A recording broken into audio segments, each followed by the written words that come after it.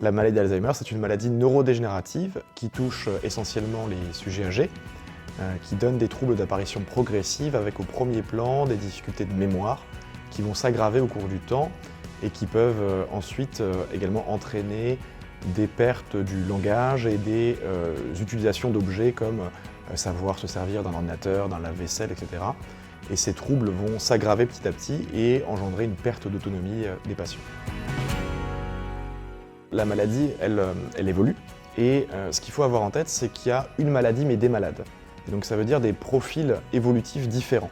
C'est-à-dire que d'un patient à l'autre, il peut y avoir une évolution du simple au triple. Et même chez un même patient, l'évolution elle peut être lente au début et puis un peu plus rapide. On ne sait pas bien prédire l'évolution de la maladie et on ne sait pas prédire l'évolution en termes d'impact sur le quotidien des patients, sur l'autonomie et sur les fonctions cognitives.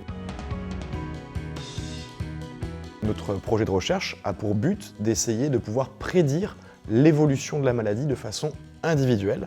Et pour ça, on va utiliser les données d'utilisation des smartphones de patients. Alors, on installe une application sur le smartphone des patients. L'objectif, c'est que le patient n'a rien à faire sur son smartphone. L'application tourne en fond et elle va nous permettre d'avoir énormément de données sur le quotidien des patients. L'idée, c'est de dire que la façon dont vous vous servez du smartphone, c'est le reflet de votre façon de fonctionner sur le plan cognitif.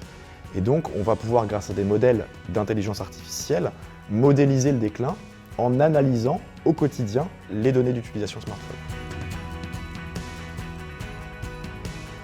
On a besoin de financement, puisqu'en fait, ces patients qui sont suivis, il y a des visites supplémentaires, des bilans neuropsychologiques et d'évaluation de l'autonomie qui sont prévus dans l'étude.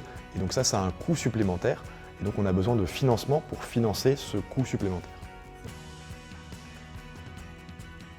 Notre projet est important car il répond à un enjeu majeur qui est de pouvoir renforcer l'autonomie de nos patients qui ont une maladie d'Alzheimer qui malheureusement est extrêmement fréquente et invalidante aujourd'hui.